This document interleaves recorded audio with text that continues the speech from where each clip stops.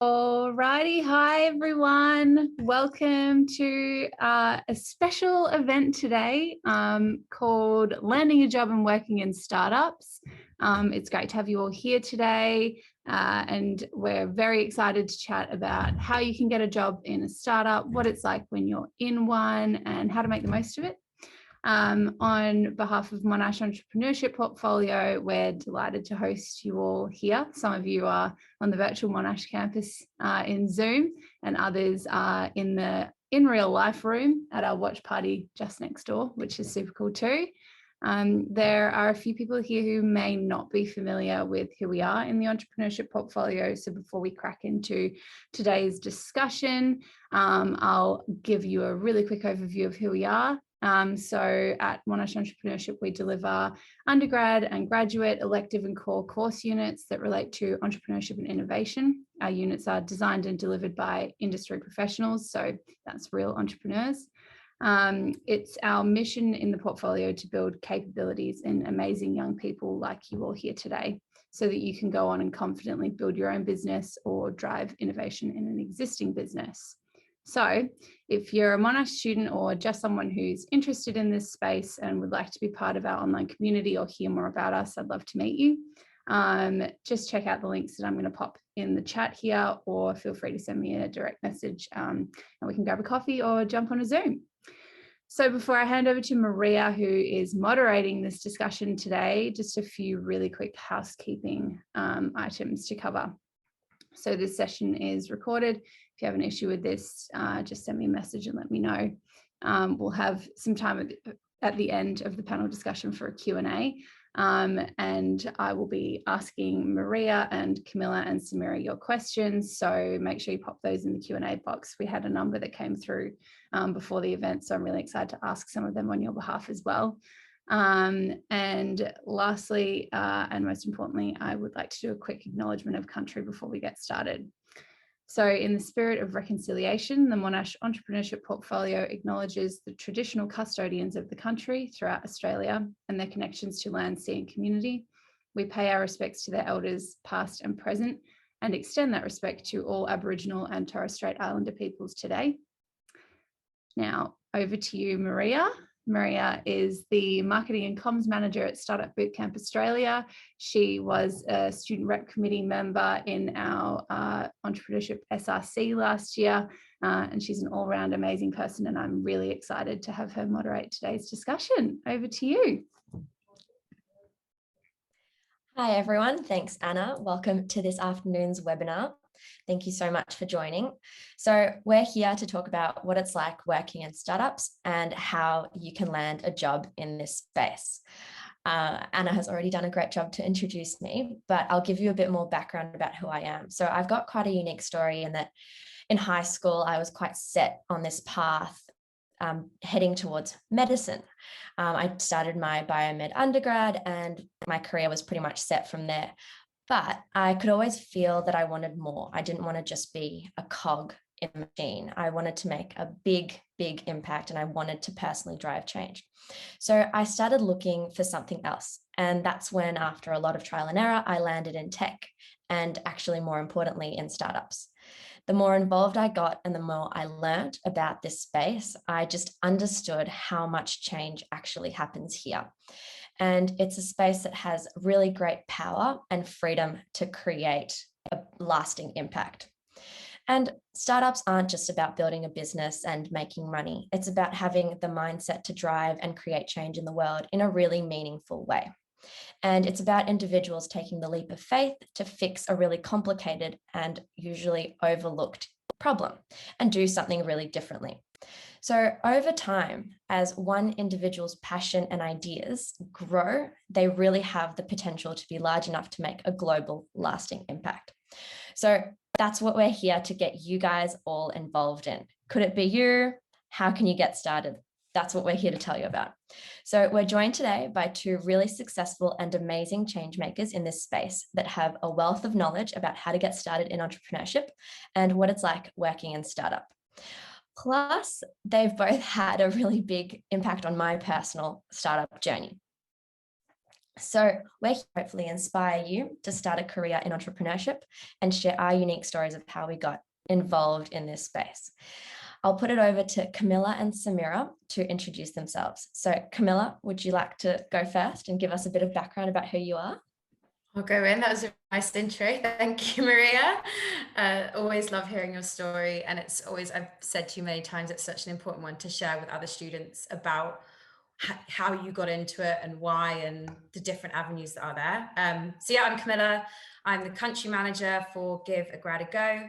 So you can probably hear from my accent, I'm English. And I started working for Give A Grad A Go back in the UK. We're a graduate specialist recruitment agency, and I've worked with them for 8 years. The reason I'm here, I guess, to go back a bit with my journey, I studied history myself, so nothing related to recruitment.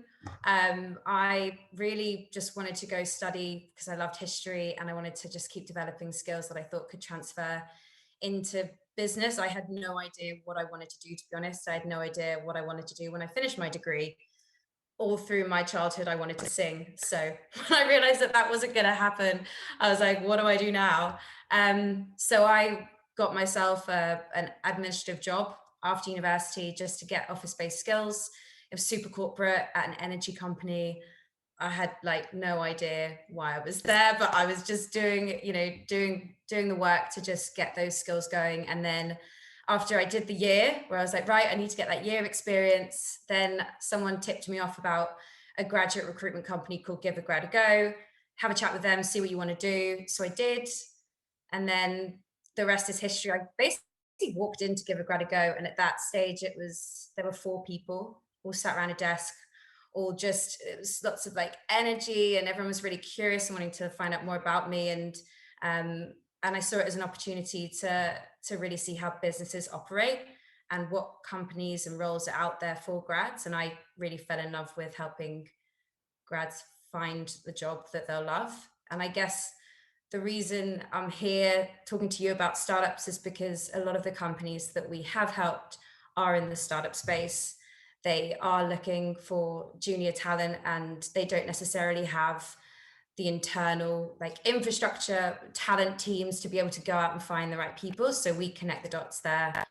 And I'm here in Australia because we finally made our big move to launch internationally. So I've been out here for the last year setting up Give A Grad A Go. And that's how I've met Maria and Samira and Anna, and really delved into the startup ecosystem. So that's kind of my background in a roundabout way. Amazing. Thank you so much, Camilla. And on the other side of the spectrum, we've got Samira. Hey, by the way, yes, we all live in the same space, but I don't know much about your background, Maria. So that was actually really interesting to listen to. And I enjoyed that a lot. So maybe you and I actually have probably a similar story then. Because for me, I started out with studying electrical engineering. I completed that, and during that time that I was studying, I was working both at a renewable energy company there and within that industry. So my story in all of what I will tell you is all about me following my passions one at a time, and they do change quite a bit, but I'm 100% focused on doing what I enjoy at that moment. So during my university time, I was really fixated on renewable energy. That was my biggest passion that I wanted to pursue. I wanted to make Australia 100% renewable. That was my big goal. And so I was working towards that, right? And then when I was working in that industry, I really understood that it was more political rather than technical. So I got that whole scale picture understanding of the industry, which was really good. And then, during the discussion today, we'll talk about the different experiences that you might get with a corporate and a startup role. So that's the insight that I got during that experience. And then I wanted to kind of pursue more of the problem solving side. So I came across a thing called microgrids, and then that landed me into this concept called blockchain. And then from that, I'll cut the story short, really. Me and my brother, we both were on our blockchain crypto journey, like understanding what this technology is all about. And in the end, we kind of came together and realized that we can start a business together on this, tackling a really big issue within the cryptocurrency industry, which is related to exchange hackings. And we believe we've created a really great solution to the problem of exchanges being hacked and people losing their money at no fault of their own. So that's what we've done now. So after I graduated uni, I decided to go full straight ahead into startup life and start this company with my brother. And it's been an amazing ride since doing that. And I do not regret it whatsoever. It's been so intense. I've had a great experience so far. And really what I want to be doing from now onwards is to really inspire other young people to take on this journey as well, to really kind of change the Australian, university and young, that age group, to kind of understand that there is this whole other avenue that we can explore other than just getting a corporate job. There's this whole other world, startups, that is waiting outside for you to explore as well. Yeah, that's my little story. Exactly. And Samira, you put it so well. Like, young people need to get involved in this space because there's unlimited possibilities. It's awesome, it's fun, it's fast, and it's really different to corporate. So before we get started in our discussion, I've got a really quick true or false to bust some myths that are commonly heard about startups. So what I'll do is I'll say the prompt, and then we'll go to Camilla first and then Samira second to say true or false, or if they agree or disagree. So everyone off mute. It's going to be rapid fire as well. Oh.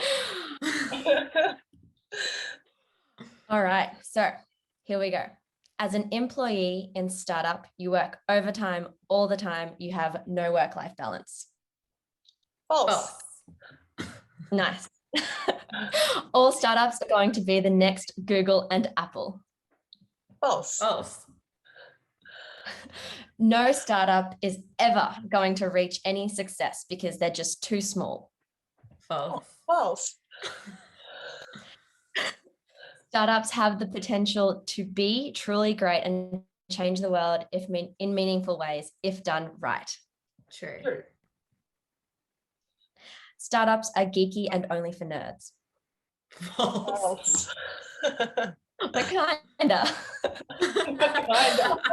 You can only get a job. You can only get a job in startup if you know how to code. False. Startups are all about getting money from investors. False.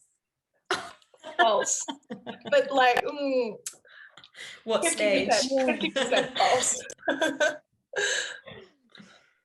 You need a background in business or computer science to get involved in startups.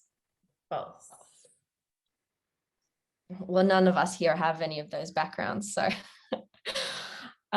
fitting into the company culture is one of the most important things when choosing a role in a startup. True. You can only get a job in startups with years and years and years of experience. False. And being passionate, self-driven, and creative are some of the key traits you need to be hired in a startup. True. Awesome. Thanks, girls. All right. So now into question time. I hope everyone is settled in, ready for this really great discussion now that all the myths have been busted. So to start at the very, very, very beginning, Camilla, would you be able to start and shed some light on what a startup actually is and how it's different to a more traditional business? That's a big question. You've both touched on it nicely already, kind of in terms of really having a purpose. Like you said, for like Samira, the reason why you've developed your startup, it's really a business trying to solve a problem. And the difference between that and a small business or traditional business is that it has scalability. So it's all about growth.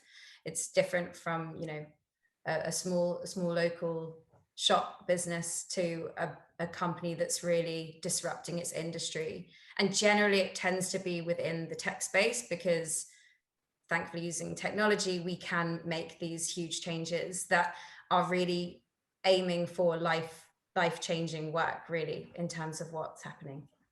That's like really, there's so much out there in terms of what people say what a startup is, but that's kind of in a nutshell, I hope. Samira, from your experience, would you agree with that?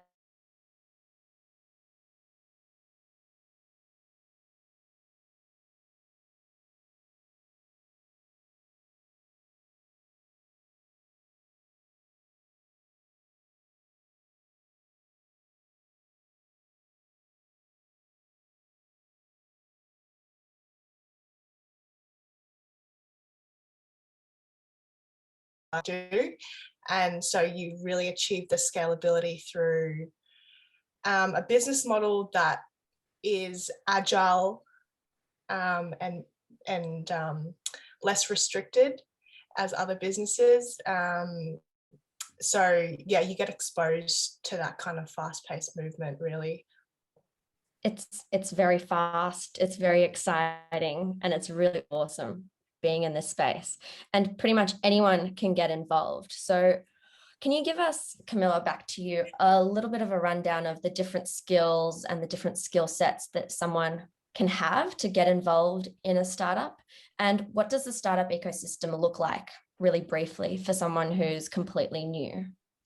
Yeah, I mean, I guess when you think about the startup ecosystem, like I said, if you think about it being businesses that are just trying to make real change to their industries, it does mean that it can go broadly across so many different industries. And you'll usually see words like fintech, prop tech, ag tech. So that's when you look at the startup ecosystem, it covers all these different industries. And like fintech is financial technology businesses that are basically services that we normally, or things we would have done in the finance industry that you normally have to go into a bank or do things like in person that you can now do digitally. This is like really broad speaking, but yeah, so I guess in terms of the skills and experience of what startups look for, you mentioned it before about being passionate and creative and able to kind of think outside the box. You know, I'll touch on this again, but in terms of what they tend to look for, really people who are keen, like really want to learn and are really passionate about what that business is doing. But also you might have a real diverse set of skills. It doesn't mean you have to be in one lane and you might come from a computer science background, but have that creative insight and maybe want to get involved with some of the marketing bits, because it is at the usually beginning stages and everyone's really working together to reach that end goal. They're looking for people who are focused on that, but can bring in all these different skills and really get stuck in and go with the flow. Like you said, Samira, it's an agile environment. You've got to be flexible. You've got to be able to come into work. You know, one day you're doing one project, the next day it's like, no, we need to go in this direction, and just being flexible and happy to do that. If you would add anything, Samira. Definitely. Yeah, I think one thing that, because I think we're talking to university students, right? So it's a little bit of a different mindset that we're asking them to be in, because I'm just reflecting back on how I used to be as a student, as an engineering student, and I was extremely passionate about engineering and just all technology, right? That was my thing. My brand image that I had always put is, I'm not the creative person, I'm not the business person, I'm the tech person. Only ask me tech questions, right? That was my kind of, yeah, this ego that I created of Samira. But when you get into a startup world, you're gonna have to like fully demolish that. You have to be able to accept that you're gonna be doing things that are outside of your expertise level.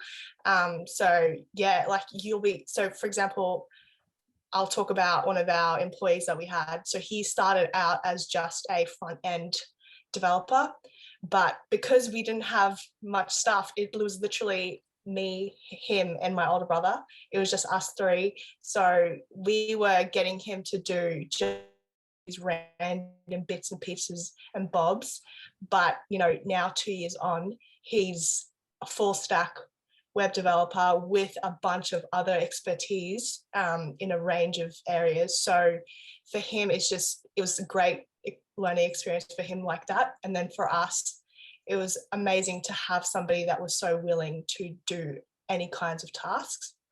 Yeah, that's what I wanted to add on that topic, because I think it is quite important to talk about the need to be more than just this one kind of persona.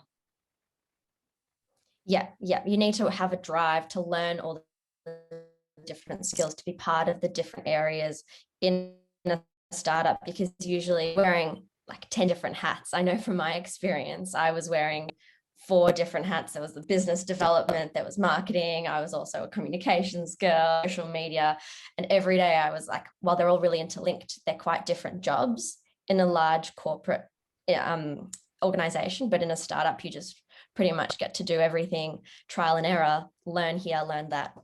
But shifting gears a little, so Samira, you mentioned that you have already recruited someone for your business.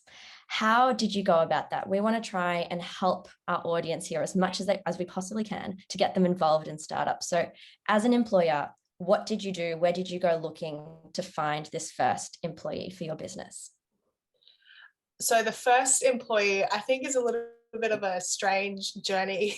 So maybe not so relevant, but some of the recent hires that we've had is probably more relevant to speak about, but I'll say it anyway. So the first hire that we made, because our coding language that we use was so brand new, we knew that it was going to be hard to find somebody that has years of experience in that language, just because at that time that language was invented 4 years ago. So we knew that we were going to have a hard time finding anyone with expertise in that area. So instead, what we did was go on Airtasker. We went on Airtasker and we got somebody to just come in for a day and show us what they can do in one day in terms of web development. So that could be any language that they wanted, that they liked coding themselves. And so, yeah, it was just like a one-day workshop that we had just to really kind of showcase, are they quick? Are they an expertise in this area that they claim that they are? And then that kind of just shows us that, okay, if they're great in that, they can learn as we teach them as the months go by in this new language that we put them through. So that was the strange way that we went about it, but we thought we had to be creative because of the restrictions that we had. But more recently, we went on LinkedIn to advertise some of the roles that we had available, and yeah, LinkedIn was amazing. You get a bunch of questions that you ask the possible recruits, and then you get the answers straight away, and then you can see their virtual resume from LinkedIn straight away like that as well. So yeah, that's how we went about it. Was there another aspect of that question that I forgot? No, that's perfect, because Samira, you've got this really creative startup mindset hacking way of getting a recruit. And Camilla, on the other side, what's the more traditional way, and I guess the way that you help students get jobs and you help companies get students? Yeah, the traditional recruitment avenue. Samira, I absolutely love that. Sorry, I'm just like, you're going to put me out of a job. No, I'm joking. Works in that way. Yeah, so in terms of how recruitment works, or how Give A Grad A Go specifically works, and how I found it really helpful for myself and how I've seen thousands of grads benefit from it, is really, we have you register on the website, but you can apply for jobs directly on the jobs board. And it's really about having that initial conversation about what do you want to do? Because I understand you might be here not knowing what you want to get into or aware of what your skills are. There's so many conversations I have with people where you've worked in retail for like 5 years throughout your education, or you've done all this volunteering, but it's not even on your resume, or you don't even realize that that is so important to show that you are hardworking, or, you know, you can work in a team and all that sort of stuff.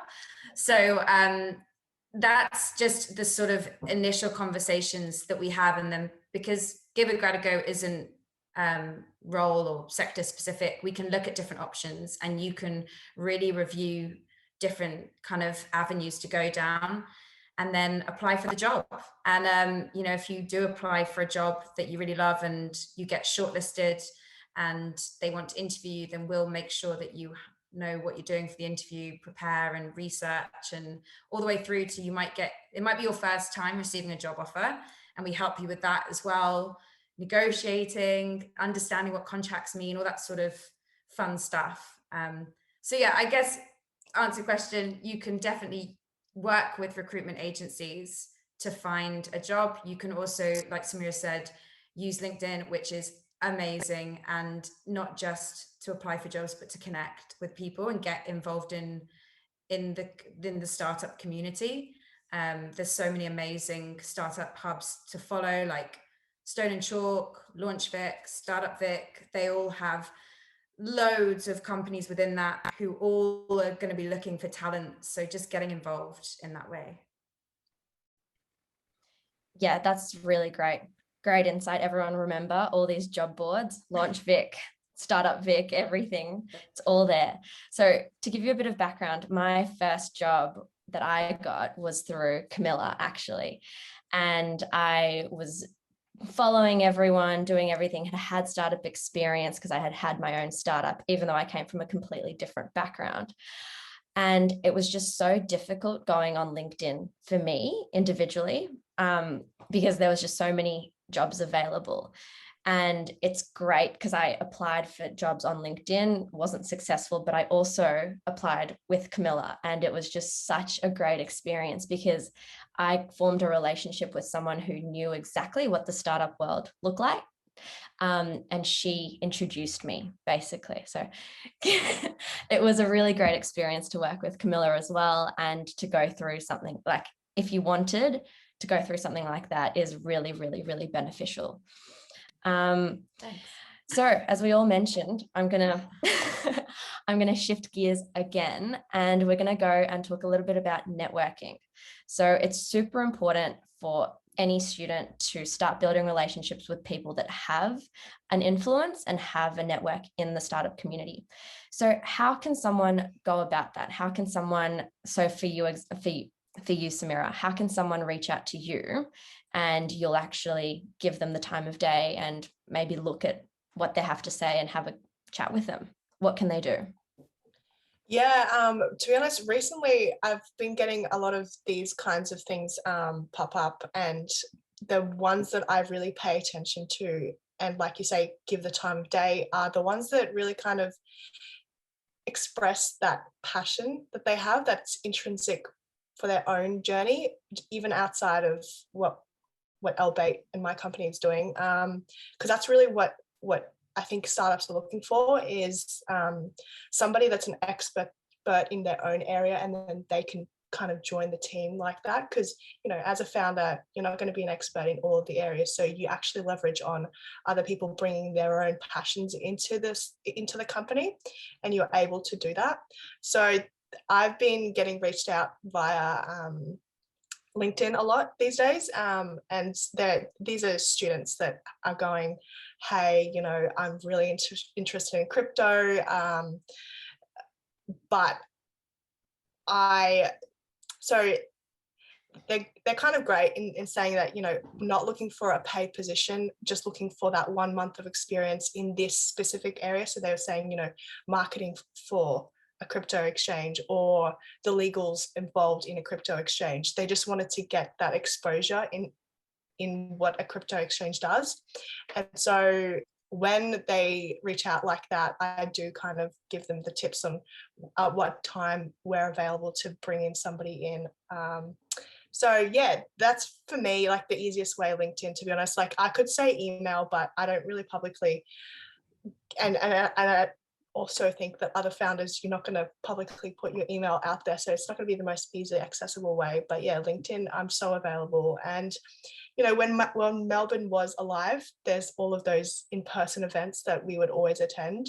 So hopefully when that happens back again, I'll be there as well. And a lot of the startup founders are always attending these events as well, because they're going in for their own other purposes as well to network. So yeah, when those in-person events happen, do make those intros. I actually see in the comments, we've got Bryce in here as well. And Bryce is an amazing startup community member. And he gave a great tip related to that, which is, in-person events.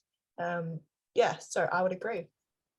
And actually, to add to that, Samira, that's where I first met you last year. Yeah. It was the last event. I think it was one of the last ones at Stone Short before COVID, and Samira was on the panel for an International Women's Day. And I was like, who is this woman? She's so amazing. Went up and said hi. And you were so helpful straight away, just wanting to connect, you know, everyone. And yeah, in-person events, the one. Yeah. So yeah, that was like a huge missing part during COVID, right? So I'm glad that it is starting to pick up again. It is probably the best way to get involved with a founder directly, and to get the most impact. But yeah, if that's not possible, LinkedIn, I think, is the easiest next way.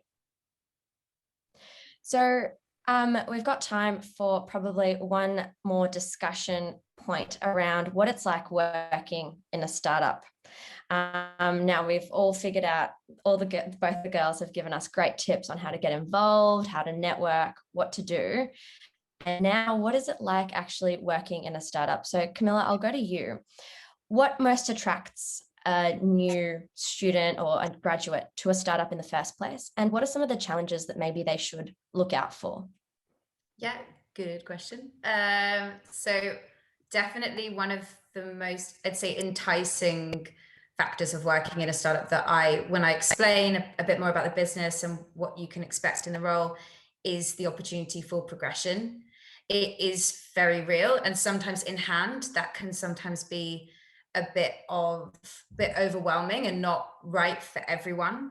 But I've had people start in roles as marketing interns and they've literally become the marketing director within a few years, or just being able to have really fluid progression as well. It doesn't have to be so mapped out, which again, some people really want that structure, but what it can offer you is the opportunity to start you could start in quite a general intern position where you are, like you said, wearing many hats, doing quite a few things, and then it materializes, you know, within your first 6 months that you're really great at business development. And that's what you should, you know, that's as they grow, they really want you to be driving that and therefore start creating a team around you. And so you can almost really pick your progression and your direction in your career with it.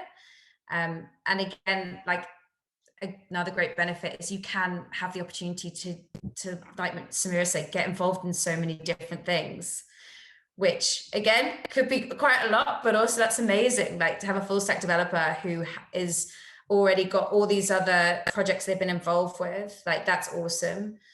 And because of that, you just get a real rounded view of business and what is required to succeed. And you may be in a customer support role to start, say for a tech product or service, and you're learning who the clients are. You're learning from that information, how does that affect engineering? How does that affect marketing strategies or sales strategies? What are the founders thinking about that? You have exposure to so many different departments that you do get such an amazing, well-rounded view of companies. But be prepared to get comfortable with being uncomfortable. That's like the main thing that I make sure people are aware of, that it's not always going to be an easy ride. And depending when you're joining that startup, get really clued up on where they're at in terms of their journey, what funding stage they're at. We've spoken about investors before, but that does affect how stable the business is, and that's the reality of it. But with that, you know, you could get few months or up to a year's experience in doing so much in that time. And if the worst case scenario is it doesn't go as far as they hoped, you've got that experience to fall back on. So there's so much, to be honest, I could say about this, but hopefully that's enough. Samira, you might want to add more to that, but yeah. Yeah, I think I want to add on the transparency. So I think if you are willing to work with a startup, don't be afraid to ask for that transparency. The founders, if they are good founders and ethical founders, they will be really upfront on how stable that job is. So, I mean, that's what me and my brother, we always were. Every single person that joined our team, we let them know that it is really highly volatile.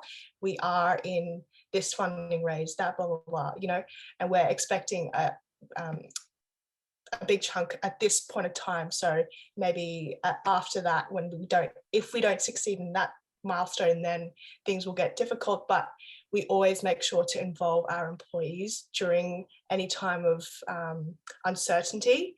So yeah, if they're not being upfront, don't be afraid to bring up those questions yourself, just because you need to be empowered, right, on where your next months are going to look like. And then the other one that I wanted to talk about was it was a really important one that I forgot. I wanted to talk about the audience, we're talking to the Monash Entrepreneurship Society. So I'm guessing most of you guys are really keen on starting your own startup. So for me, before I started Elbaite, I actually did work for a startup even before I worked for the renewable energy company. And so I got exposure to how a startup environment is. And then from that learnings, I applied it to my own. So it's even a good experience if you are keen to create your own startup in the future. Work in a startup, first of all, I think is like, you'd be silly to kind of start it without having that exposure yourself. Just because you get even exposed to the founders network themselves, you know, that they'll get you involved in their pitching, they'll get you involved in all of the activities that is only unique to a startup, which is the funding raises. So yeah, if you are a prospering founder, get involved in those kinds of activities. Yeah, I would say that. Thanks, Samira. Thanks, Camilla. And that's what it's all about. It's all about getting involved, giving it a try, and building this really rich portfolio of experiences and skills, no matter where you've come from, because no matter what you have as your background, you can build on that. If you worked in retail, you've got customer experience that goes a long way. You can talk to people, communication. If you come from an electrical engineering background, you've got I would say hard skills that an electrical engineer has. If you come from a marketing background, you've got those hard skills. But no matter what, you've got skills, and it's just about building that portfolio and getting it up to scratch, and moving through the world at your own pace, following your passions, just like Samira has, using people like Camilla to help you and steer you along the way, because she is such a valuable asset to have. And just making sure you keep those relationships up is another small point that I would say. Making sure that you're following up and keeping people that you've really connected with involved in your journey, because that will help you. So now I guess let's move on to Q&A. Thanks so much, girls, and over to Anna. Thanks, Maria. Fantastic job. I really loved listening to that conversation between the three of you. And personally, I got a lot out of it. And I'm a few years in, so I think that a lot of other people here today would have learnt a bunch about all of the things that they can do to get their chops up, get into a startup, and even look at building their own one day. I think so many of the things that you all mentioned really resonated with the way that we teach in our portfolio as well. And Camilla, we always say get comfortable with being uncomfortable. I think that's a really crucial element. Another thing that I really liked that you all touched on was the importance of building relationships. It's not transactions. So I think that that's something that people in my generation could really learn a lot from, so that when you're going to events, you're there really meeting people because you're interested in them and what they're doing, because you never know where that opportunity and that relationship could take you in 5 years' time. It doesn't have to be something that happens within the next week. And I think the other day I read something or saw something somewhere about, you know, X amount, it was over 50% of jobs aren't actually advertised. And so Camilla, I'm sure you're doing a lot of that work in the background before jobs are even advertised, you know, or put out there, and you're matching startups with young people because you just know the perfect fit. So it goes to show that there's a lot to do with building relationships with people. I'd love to know, Maria, actually from you first of all, because I think you're a fantastic networker. What do you do when you're going to an event to meet someone, to build relationships? How do you kind of manage that? Do you do your research beforehand? Do you figure out who you want to chat to? Are you just having 7 coffees so you're a really bubbly person when you get there? How do you kind of go about building your relationships? All right, I don't drink coffee, but I do drink wine. So go grab a wine and start a conversation with whoever is around the wine bottle. No, I sound like an alcoholic. That's No. It's a great conversation starter, like, oh, white or red? Oh, how come you chose that particular beverage of choice? I guess just being really open, and as Anna said, don't look for something in return. Just look to have fun, meet people, share your experience with them, because as I mentioned, like, your experience is really valuable and it's really unique, and you'll be surprised where that will get you. I guess it just comes, you just have to be yourself and be natural and be open. And they're the key factors of networking. Yeah, that I would say for me. Totally agree. And Samira, I suppose from your angle of having built a business, you know, having a community of people around you is a really important thing. As you're trying to grow that business as well, what do you do to build relationships, and where do you go to seek those supporters of your business? Yeah, like for a founder, I think the most important thing is that community element. I already always say that Stone and Chalk is probably one of the best decisions that we ever made to be based there, just because of that whole community aspect that they bring in. So if you're a university student and you are part of this Monash Entrepreneurship Society, that's already like a great tick, right? Because I'm guessing what some of the benefits that you get are that you get connected to mentors, or you get connected to just other people solving similar problems, or just other minds that you will need.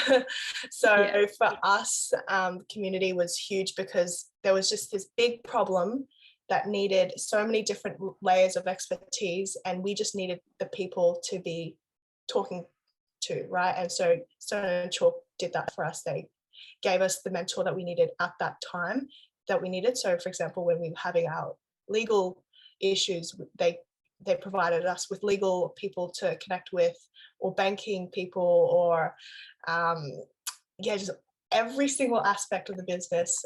It was just really important to connect with other people. Like I said, I'm not an expert in any of these things. I just need the help. So outsource where you can. Where you can. And Camilla, what about for you when you came to Australia? I think a lot of international students can relate. They kind of arrive here and they go, great, I want to go to events, I want to meet people, I want to build relationships, but like, how do I even do that? Where do I find them? So it'd be great to hear how you did that when you got here. Yeah, I got here a month before we went into lockdown. So it was, the plan changed. Like, you know, and that's from 2 aspects. I wanted to grow the brand with candidates and students, and I wanted to grow it with businesses. So the idea was go on campus and that sort of thing. So actually, for me, LinkedIn was just a life-saving tool, really was. And I made mistakes along the way, 100%, in terms of, you know, connecting with people and not following up, but what I've learned over the whole period was just being myself, not trying to be, you know, professional recruiter Camilla, because people don't respond to that. Especially here, I realized, you know, it's different to London, to the UK. People were so receptive to chat. I wasn't used to it. Normally they're like, no, not interested, but people would genuinely do want to learn about people, and that was it. I think I learned to just be more open and be myself a bit more. And I actually did videos along the way, which I was terrified of doing, and I have like hundreds of takes on my phone of me doing videos introducing Give A Grad A Go and roles I've got on. And sometimes when me and my sister over wine, we'll just be looking over my videos laughing. Like, I think it's putting yourself out there as yourself, be authentic. And if you're connecting with anyone over LinkedIn, just please use the 300 words wisely, like make it personal. And Samira, like you said, have a purpose for why you are reaching out. If someone's not, you know, and if you do just genuinely want to hear more about the business, cool, say it. You know, I think that there's lots of people that connect who don't say anything, and I wait, they connect, and then I wait for them to say something, and they don't. And then I'm like, I don't know, do you want me to start this conversation? So yeah, just be more purposeful. Totally agree. And I think we had an event around soft skills and building your professional network last year, and one of the panelists mentioned always give busy people an out rather than assuming that, or insisting that they give you time.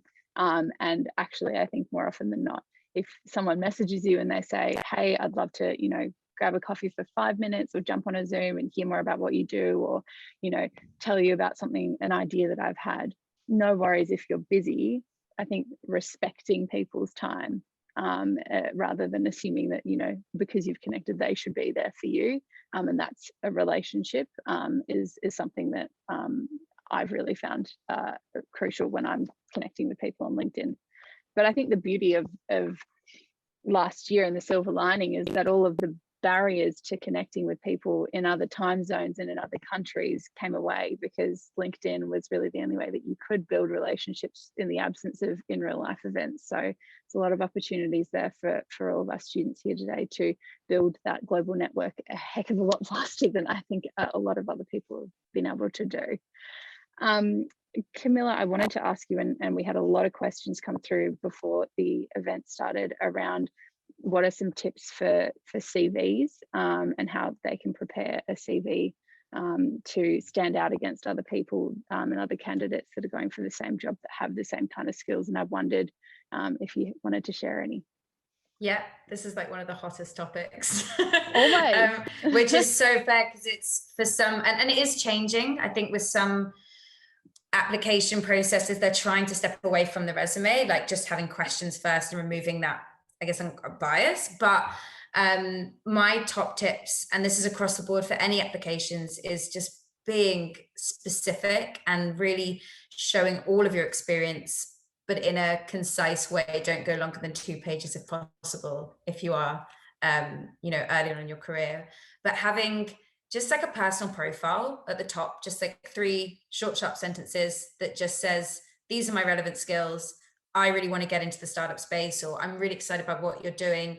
It sounds really obvious and cliche, but actually it just really nicely opens it and shows that you are taking that application really seriously. And if you are going for startups, like I said, they like generally love loads of skills. So if you have all these skills, have it at the top, you know, under your personal profile, laid out what those are, whether it's you're really great with Canva, or, you know, Excel, or tech skills, or anything like that. And also show your personality. You know, I always love knowing what people's interests are, and I try to have a conversation with them about it. If you like reading, what's your favorite book? If you like hiking, you know, where have you been? And it just makes you more human, and it really does start a bit of a rapport. And And like I said earlier as well, don't miss off experience. If you have worked in retail throughout, then put that there. Even if it's not relevant as you think for the job, everything is so important. It all shapes you, and it all adds, all your experiences are so important. So I would say definitely, yeah, get other people to look at it as well. Spell check. That's it. Spell check every time. We have a for any Monash students here today, Monash actually has a CV. It's an artificial intelligence kind of tool that you can submit your CV, and it provides you feedback and it gives you a score on how your CV looks. So I highly recommend, and I'll link that in the follow-up email to anyone that wants to have a look at that. Samira, did you have anything to add just in terms of, I know you found your first person through Airtasker, so perhaps there wasn't a resume involved in that, but the kinds of things that you look for when you're reviewing CVs? Yeah, the ones that usually always catch my eye is the ones that are passionate. So adding that personal touch really does help, just because, you know, the founders, they've put in a lot of their lives into creating this business, so it's really precious to them. So whenever I do welcome somebody into our little team that we have, it's more like a family, right? So we're not going to just bring in anybody, right? It's got to be somebody that really loves what they're doing, because we individually love what we are doing. So yeah, for me, that's the one thing that I always look for, because yeah, we're such a small team and we're probably going to stay small for a little while, and so I really want to maintain that really little community that we've built in a safe way. So yeah, we're not going to just bring in anybody that's just like, oh, I don't know what I'm doing. You've got to show me that I love this. This is something super exciting for me. I want to dedicate my next few years into building expertise in this area. And I think me joining your team, it would really help with that kind of touch.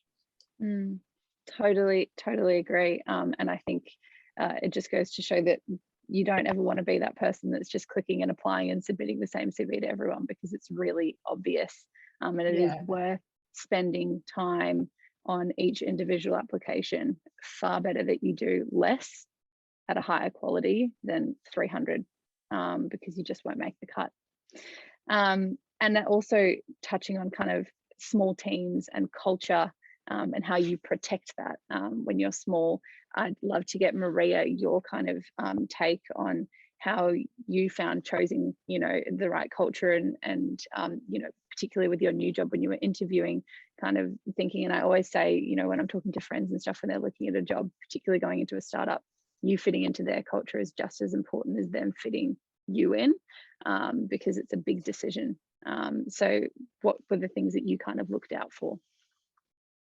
So from Samira's point before, because it's such a small team, on your CV, you really have to be authentic and just show your alignment, and don't, and now going to Anna's question, you don't just take any job that's out there. You have to make sure that it's aligning with your future goals and your passion.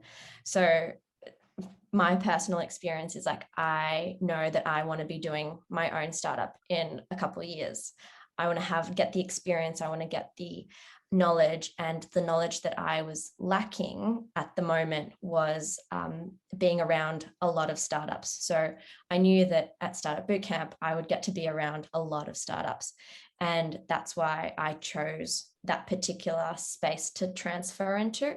And I had the skills in marketing. I had some experience with startups, so I knew how startups worked. And that's how I moved and transitioned kind of sideways, and eventually I'll get to the place that I want to get to. And it's just so important that not only do they align with your goals and you align with their purpose, because each startup, as we mentioned at the very start, has a singular purpose. It's also important that you align with their culture. And by culture, I mean how they work. Do they work flexibly? And that was like my number one question. Is it flexible? Like, can I work from home? Can I do this? If Anna has an event at 3 p.m, can I go and attend it to make sure that I'm also expanding myself in other ways outside of my work? If Samira has an event, or if Camilla has an event because it's still part of who I am and it's going to also help my job, are they flexible in that way? And that's pretty much the first question that I ask, because that's really important for me as an individual. But some other people might have questions like, is there structure? And some companies and startups might not have that much structure, and you might need to put on 20 hats, and that might not suit you. But other startups might have a really solid structure and you can only put on 2 hats. And you just have to make sure you're asking the right questions and aligning with the company from every perspective. But in saying that, don't just say no to every job because it's not perfect. So there is a balance, and that would be my advice to students who are looking. Great advice. I think that's such an important reminder to have a think about what's important to you as well, because it's not just about getting the job. You want it to be a good experience for you and them when you get there as well. Now, Samira, we have 1 minute left, and someone has asked 2 questions. One is, are you still taking investors? And 2, can you pitch your business in under a minute? So I don't know if I've set you an unfair challenge there. What was the first one? Are we still what? Are you still taking investors? Oh, right. So yeah, currently we are in our pre-series A investment round. So this will be our 3rd round that we're looking to finish off. Yeah, we're still in the final talks with a few investors at the moment. Haven't closed it yet. But yeah, so we are still in that actively looking stage at the moment. And pitching my startup. Okay, so Elbaite is world's first peer-to-peer crypto exchange where we do not hold cryptocurrency at any point of the transaction. So really what that does is it creates a safer way to trade. So what we've found is that crypto exchanges, they can get hacked. It is such a huge cybersecurity issue that we feel like is going to increase as the popularity of crypto increases. So we feel like this is the future of crypto trading, where it is a more decentralized way of trade. So yeah, that's us. We don't hold crypto at any point. You buy and sell between Australian cryptocurrency investors. It's not your first rodeo doing that. Wrapped it up in a nutshell. No, it's I do have one more question from the audience though. They were talking about, so Vahid, they were wondering about, specialized skills versus generalist skills. And I think I'll just quickly answer it. So I think it depends on the startup itself. So as Maria touched on, each startup has different culture. In my startup, because we're a little bit smaller, we value growth of each individual because we want to keep them on for a long time. If you're going to be part of our team, you're going to stay on for a long time. That's what we want to envision. And so we understand that through that, you're going to be learning. So we're more on the generalist type of skill set that we're looking for. But others, I would imagine if they are a more advanced startup, they're looking for the specialized skills. So yeah, that's what I would say. Different level of startup looking for different types of skill sets.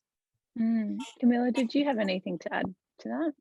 I actually do want to add, that's a great point, Samira, in terms of taking it startup by startup, but also I've had situations with companies that I'm helping, startups, where they've advertised 3 years commercial experience, and they've briefed me as if it could be a graduate role, and they have taken on someone who might have had some internships or recent experience. So I think just when you are reviewing job descriptions, take them with a pinch of salt. Don't obviously go applying for jobs that are 5 years of experience and you need specific skills that you don't have, because that's a waste, of your time and theirs. But when it can be quite broad positions, still, if you do see that you've got those softer skills and you really want to learn and develop within that space, I would still go ahead and apply and keep open with that as well.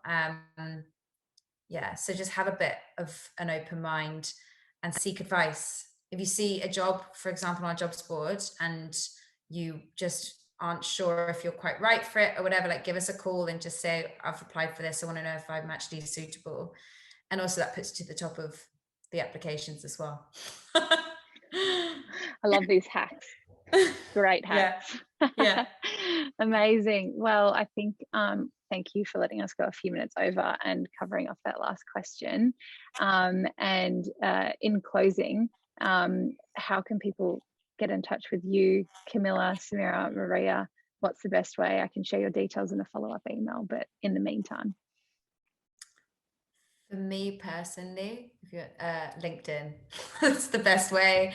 Emails, like I said, things are just like all over the place. So yeah, not all over the place, but LinkedIn's just the best way. Or Great. cool. Wonderful. Same And for me, LinkedIn. Reach out. Yes, same, LinkedIn, but always if you're connecting and you haven't met me in person or I don't know you well, like just put in a little 300 character, hey, I saw you there, would love to connect. Yeah, otherwise I don't accept people. Good call out. It's the fortress. You've got to be able to get in if she knows you. So that's great. Thank you all so much for your time today. And I'll be sure to share all of your LinkedIn profiles in the follow-up email, as well as a number of the things that you mentioned, because there's a lot of good stuff in there. So I hope that everyone got a lot out of it, just as much as I did. And thanks to all of our audience people and people next door behind me for joining the watch party and being here today. We look forward to seeing you again soon. Great.